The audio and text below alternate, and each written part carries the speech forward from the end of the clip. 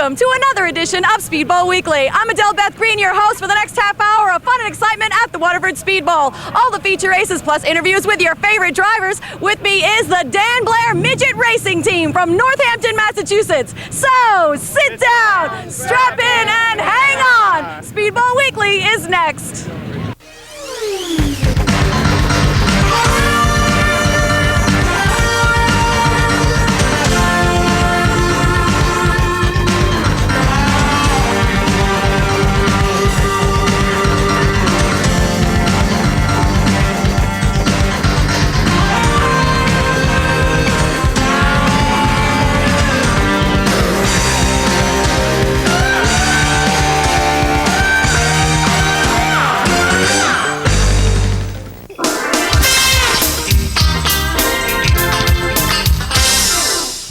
With me is John Delana from East Greenwich, Rhode Island. He's driving in the mini stock division with an interesting story. Tell us about your new affiliation with your fiance Kim Lundy and the two cars that you're driving here. Well, we started approximately 3.5 years ago. She started in the women's division, running the mini stock, and I was in the men's division. And she ended up finishing second in points that year, and I ended up finishing fifth. She got a much bigger trophy than I did. And well deserved, I'm sure. It was. So we decided that we would combine forces, and we'd run two cars, and I have a good driver from the track, Bob Green, who drives my other car. You've got two matching cars here. Tell us what they are. They're both Ford Mustangs with 2300cc engines, and Bob Green built both of them for me and for him, and things are going real good. He has 2 feature wins, and I have 1 feature win. Congratulations. Tell us about Kim's driving history. Kim actually is a real good driver. She kind of shocked me a little bit when she got in the car for the first time. It was turning the same times I was turning. I didn't know whether to hide or to relinquish the wheel to her. So she's quite a driver. That's excellent. So now you work together. You're both in the pit crew and you're both handling everything else. Tell us about it. Actually, she does most of the work. She takes care of all the tire pressure. When I come in, I just tell her what the car's doing, if it's loose or it's got to push or what the problem is, and she knows what to do, and she just takes care of it. So I don't have to do anything but drive. So you've both been driving for about the equal amount of time, would you say? Correct. And what got you started? We went to actually Seekonk Speedway one Saturday night, and I had a car, and I was here the following Saturday night. That was that. Okay. It worked out great, and we've had a great time ever since. It's a good track to run at, and the people in our division are real good people. If you're missing a part or something happens, there's 10 guys there to help you out. We have a good camaraderie among ourselves, so a lot of good people. What's your strategy for this evening? Drive it like I stole it. A lesson for all of us to heed very closely. Congratulations on your upcoming nuptials. Ladies and gentlemen, John Delana from Rhode Island. Stay with us. We're going to watch him tear it up in the mini stock races next. Kicking off an action-packed night of racing on the 29th would be the mini stocks, led to the line by the 19 of John Glendenning and the 16 of Dwayne Dorr.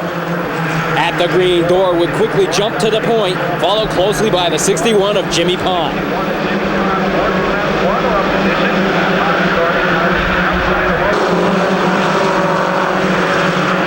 Dorr would start to pull away as Pont would fall into battle with Glendenning and Jimmy Gookins for second. Gookins would get the position, but contact between Glendenning and the 77 of Sean Manning would cause a pileup in turns 3 and 4.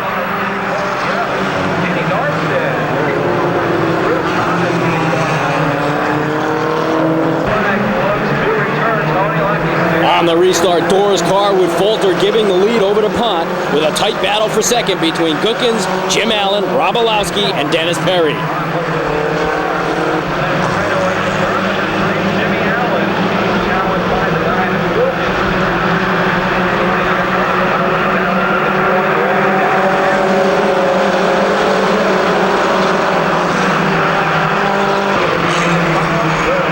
Olowski would break away and take over the top spot as Pont would feel the pressure from Perry and Ernie Bertrand.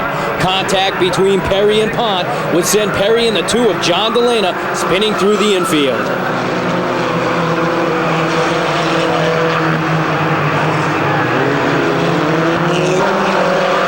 Back under green, Olowski would be leading when contact back in the pack would send the 67 of Brandon Plemons spinning, collecting Dennis Perry in the 24 of Bill DuPont, among others. A restart with 9 to go would set up a great battle for the top spot as Bertrand, Inky Green, and Bruce Thomas would battle 3 wide for the top spot.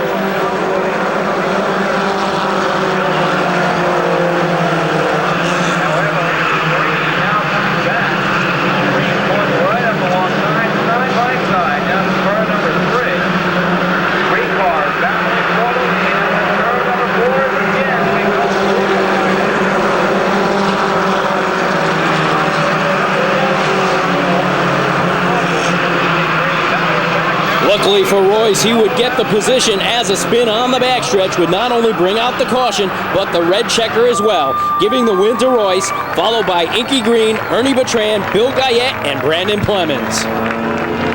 Al, congratulations on win number 2. Little harder than last time, huh? Oh yeah, it was tough. You know, we got in skirmish early there, started all the way back and come right up through, so it worked out good tonight. So it looks like you really got the car dialed in. Had it in pretty good last week, but this week it was exceptional. Yeah, this week it was just as good as last week, if not a little bit better. Anybody else you got to thank for the win? Any sponsors? Yeah, all my sponsors, Wilson Art, Connecticut Plywood, Southern New England Technical Computing Services, Job Bill Wood Products, and Agnoli Signs. I'd like to thank my crew chief, Bill Estelle, for a fantastic job. Okay, ladies and gentlemen, once again, how about a nice round of applause for Al Royce, driving car number 23.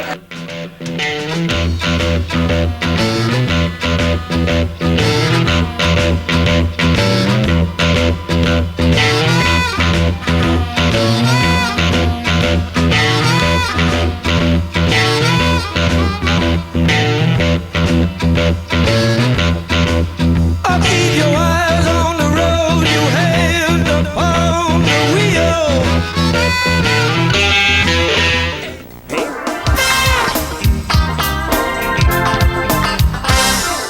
With me is Jeff Cook, who drives all the way down from Bristol, Connecticut to do a few laps here at the Waterford Speedbowl.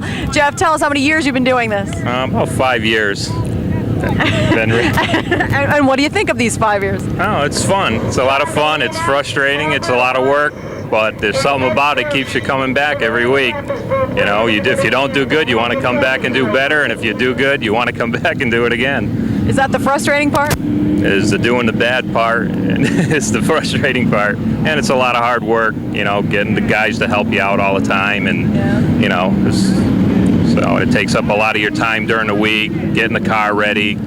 You know, when you have good weeks, it's not too bad. You don't have a lot of work to do, but. Well, what possessed you to try this in the first place? A friend of mine always liked racing, and he got me into it, and he used to drive the car. I just built it and worked on it, and then he quit, so I started driving it and liked it. So You just got thrown into the driver's seat and that was that? yeah, pretty much. Yeah. Would you say there's a lot to learn? Oh yeah, definitely. It's not as easy as you think when you first start. You think you drive it like your street car, and there's so much to learn, but it's worth it. It's a lot of fun. What do you think was the hardest part to get down? Probably the driving, to tell you the truth. That's I mean, what part of it? probably being consistent on every lap, yeah, and trying to find the groove on the track that's best for you. I'm curious because the pitch of this track and being in the shorter track that it is, it must be difficult to maintain that turning status and to maintain your position. Yeah, it is, and it depends on the weather, how the car's handling it. It's different every week. You're constantly adjusting every week to try and get it good. So the car's a very sensitive instrument. Yes, it is, yeah. So what do you like best about it? Oh, the excitement and the competition, yeah. Get your blood pressure up every week. There's no question about that. So. Is this your favorite division? Yeah, definitely, yeah. No aspirations to try anything else? Not right now. For our budget, this is fine. You know, I bet you'd love to get up into late models and stuff, but the money is just, right now we're not looking at that. So. Any wins this year yet? No feature wins. A couple of heats, and one top 5 finish so far. Top 5 isn't bad. Our goal this year is to be in the top 5 in the points. So that's what we're going to shoot for. Take every race one at a time. Okay. And hopefully be in the top 5 and a win, hopefully. All right, Jeff, we wish you the very best of luck for your lofty goals. Top 5, nothing to it. Watch him win tonight in the Strictly Stock division at the Speedbowl next. Saturday's Strictly Stock feature was halted with 11 laps remaining due to time constraints. The race will be concluded on Saturday, July 6th, along with a full feature event.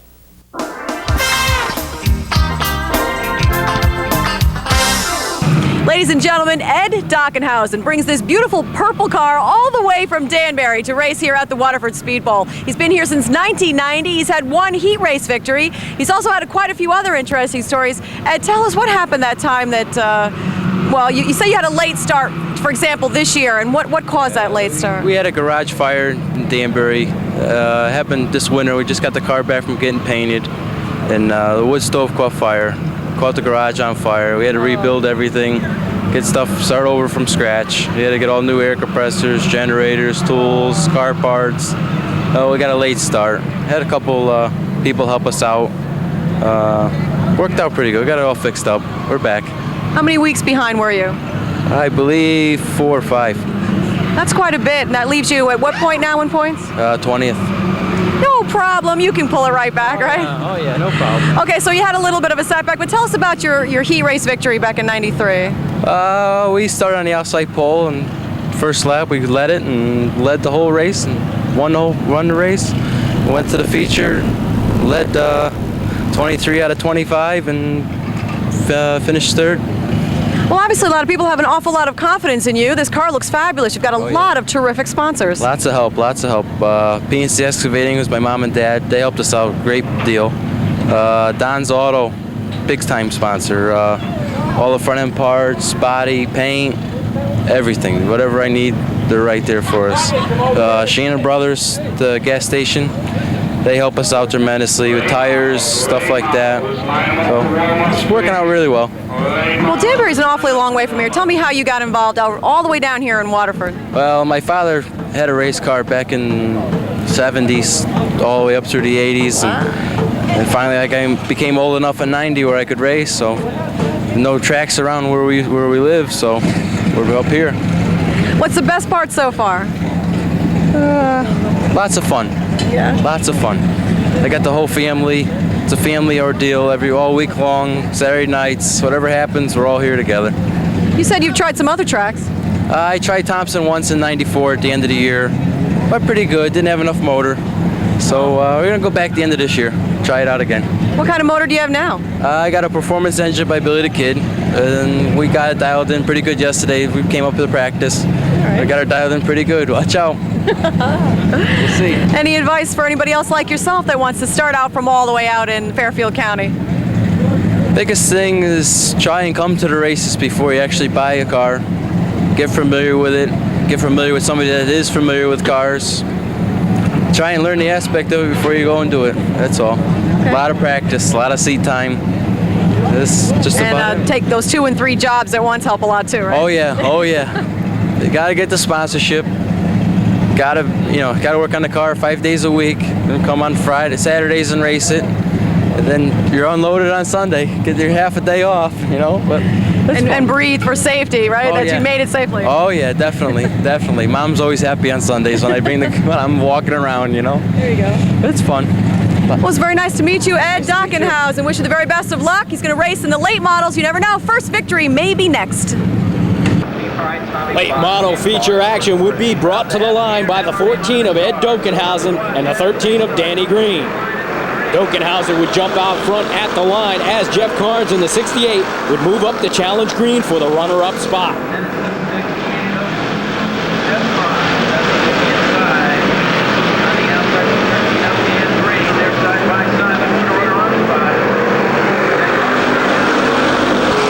Carnes would quickly catch Dachenhausen to take over the top spot, followed by the 39 of John Brower Jr.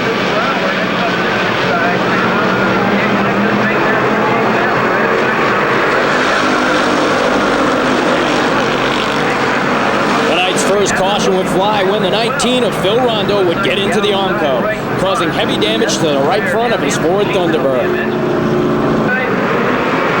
Carnes Carnes would lead the field back to the line alongside the 39 of John Brower Jr. The pair would battle side by side, with Brower finally getting the top spot at the line.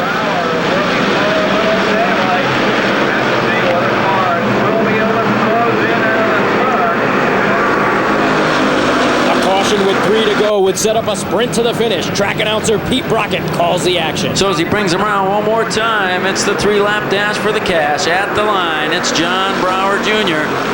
as he does take it into turns 1 and 2, but nobody's saying you're getting away too fast, because Kobieluk looks to the outside, Janovic on the inside. It's a dash, as this time by it'll only be 2 laps. 2 laps remaining. Kobieluk giving it all. He's got on the outside. It's the long way around the track. Not necessarily the fast one, but Kobieluk sticking there mighty fine. Brower still staying on the inside, holding that groove. That's the 51 of Rob Janovic. It's a bump. Looked like Brower both losing it in turns number 4. Ready to restart him at the line. Look out, it's a good green as they come down the front stretch. Ed Reed Jr. trying to stay on the outside. Rob Janovic Jr. saying no way as he comes down the backstretch, pulling out the lead. Ed Reed Jr. looking to stay right on the bumper. Then it's Carnes. Carnes trying to hold on to the 3rd position. It's 1, 2, 3. Then it's Danny Green. That's 1, 2, 3, and 4, because this time by will be the checkered. Rob Janovic Jr. holding his own. He comes sideways in the inside, coming out of turn 4 to the line. It's the 51 of Rob Janovic Jr. Other hand. Congratulations, Robbie. Feature win number 3. Buddy, I didn't think you were going to do it. It was a tough one. You definitely earned it. No doubt, Bob. But, you know, first off, ladies and gentlemen, a round of applause for Bob Freeman, the greatest track announcer the Shoreline has ever seen. Stop, Robbie, stop. We're talking about you here. You've won your 3rd race. Let me fill you in. Well, I got stuck on the outside and I got shuffled back to 10th. I thought it was all over. But I'll tell you what, when I got back to 10th, I said, now's time to do some work. The best comes out of me when the chips are down. I went backwards, then I went forwards. And I'll tell you what, this is endurance racing just as much as anything. And we endured. You did. Any sponsors you got to thank for the win, Robbie? Well, yes. But before I get to that, and I know we're getting rushed along here, listen to this. I want to thank everyone that has stood behind me and believed in me, because a lot of people had lost faith in me. John Volpe, Big A Auto Parts, North Branford. My brother Gary, Dennis Gaeta, Mike Gaeta, Gary Espinoza, my crew. Everybody stuck with me. They believed in me. And here we are with number 3. Robbie, congratulations. Once again, ladies and gentlemen, your feature winner tonight's 25-lap late model main event, Rob Janovic Jr.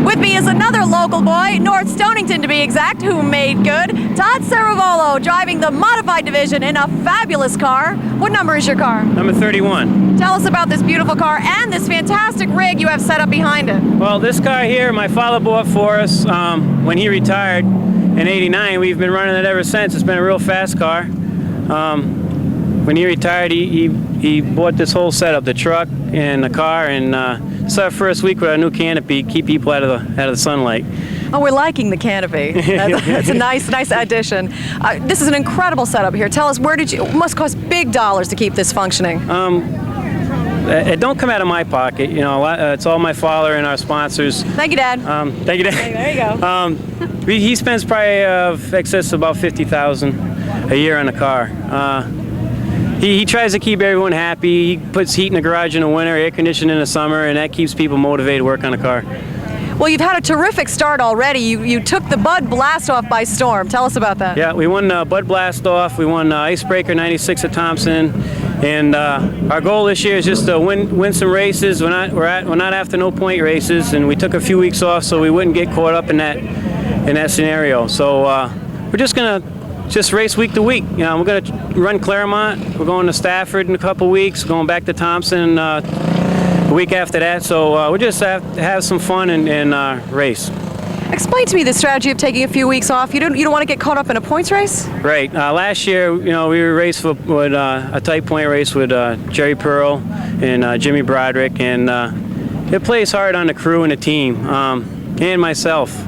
So we just want to race. We don't want to get involved in that. And by taking a few weeks off, we start in the back every week, but we managed to get there. By the end of the race, we're up front. You got quite a professional attitude for somebody who's only been driving for 3 years. 3 years. We've been racing modifieds for 3 years. We've been involved in racing I've been all my life, and my brother and my father, the whole family. It's a family operation, and you know, without them, you know, with the backing of my wife and my family and my mom and dad, my brother, it just wouldn't happen. Well, what brought you here in the first place? My father. He did it. He did it for years, and I never had the ambition to drive, and one day I bought a late model and I tried it out, and they liked what they saw and they asked me to drive their car. They were paying drivers. Bob Potter, Rick Donnelly, and Ronnie Rocco drove for them, and they were very successful, and they asked me to drive, and I was proud to do it. What do you like best about it? The open wheels, the excitement, the speed, the emotional up and down that you get when you could be winning a race with a few laps to go, and it's over. You don't finish a race. I think the up and down that's what it's all about. And the competition, the competitiveness with these are all good drivers here. They're all competitive, and that's what makes it fun.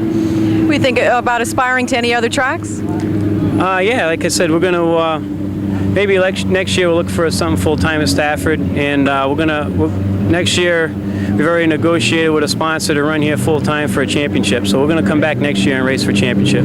So Todd, tell us about the relationship that you have with your competitors out here on the track at Waterford. It's kind of like a marriage, kind of like my marriage with my wife, sort of, if you would say. You come out here, you race hard, you have problems, and you're getting a lot of little scarce arguments, and sometimes some pushing goes around, and come back next week, and hopefully everybody here can shake hands and everyone be friends. Some of these guys out here, it's just a racing relationship, and other competitors like Moose Hewitt, Bob Potter, and there's numerous others that you take it a little further. You know, they're very enjoyable to be around. They're great people. I expected you to tell me that it was a very fierce group here, that you guys were at each other's throats all the time for the checkered flag. A lot of the times you are, when you're running good, you're really not after a guy's throat. You don't want to keep making enemies like that, because then you won't have that relationship. Like I say, you just need to come back and forget everything that happened a week before and go racing, regardless of the incident. Alrighty. Well, thanks very much, Todd Ceravolo. Sounds like an awfully nice guy, but watch him blow the doors off the competition in the modified race coming up next. Up next would be the Mighty Modifieds, brought to the line by the 98 of Frank Mucciacciaro and the 19 of Moose Hewitt.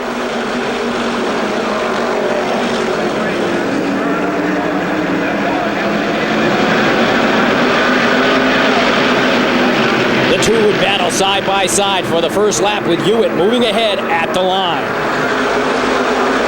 The caution would fly on lap 3 when the 71 of Jeff Pearl would attempt to move under the 21 of Mike Gaeta. Pearl would get loose and spin into the infield. On the restart, the 43 of Jerry Pearl would get the jump, followed closely by the 31 of Todd Ceravolo and the 54 of Eric Byrne.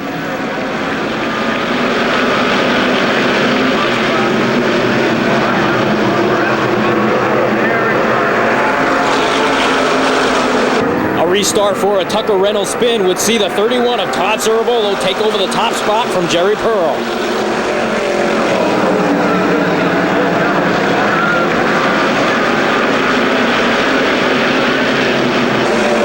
Eric Byrne would claim the top spot for a time, working past Ceravolo on an early race restart.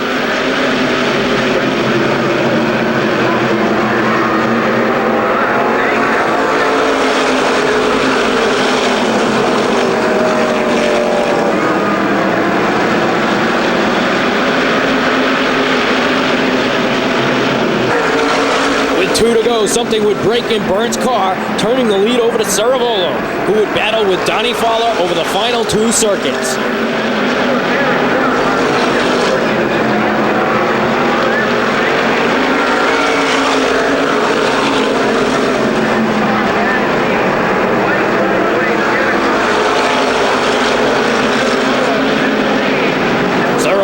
Take down the victory, followed by Fowler, Mike Gaeta, Jimmy Broderick, and David Gaeta. Todd, congratulations. We didn't think it was going to be you we'd be seeing down here at Victory Lane. It looked as though young Eric Byrne was going to run away with it. Hey, man. Yeah, he was the man tonight. He was flying. Track was in terrible condition, and it seemed like the outside groove was the way to be on the restarts. And there's no doubt about it, Eric Byrne, he had the car tonight, but unfortunately something broke, and we prevailed, just holding our own, and it worked out for the best. I feel for Eric, but it wasn't his night. Yeah, there you go. Anybody else you got to thank for the win? Any sponsors? Anybody in particular? Yeah, I got special thanks to Paul's TV in Groton, Panasonic, Coors Beer,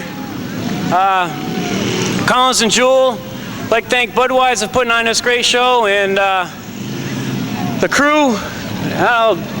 They changed every spring and shock on the car before the race, but it didn't help, really.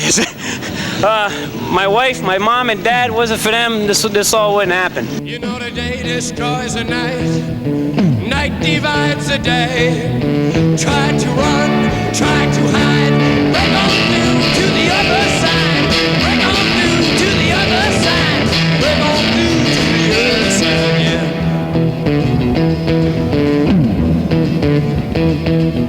We chased our pleasures here, dug our treasures there, but can you still recall time we...